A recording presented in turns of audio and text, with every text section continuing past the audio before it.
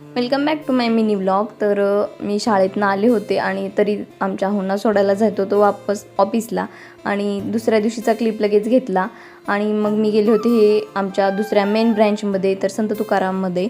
तर तिथं आमचं ऑनलाईनचं काम होतं शाळेचं. मग तिकडे गेलेलो, खूप बोर झालं होतं. मला ते ऑनलाईन काय काम होतच नव्हतं आणि खूप बोर झालेलं.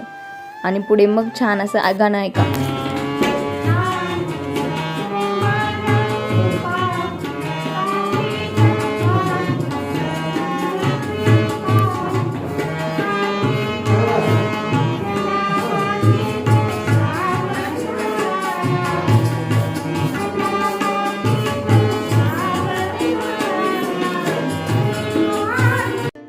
शाळेमध्ये श्रावणधारा कार्यक्रम होता. त्या दिवशी पंचमी होती, नागपंचमी, म्हणून शाळेमध्ये खूप छान असं गाणं घेतलं होतं तिथे.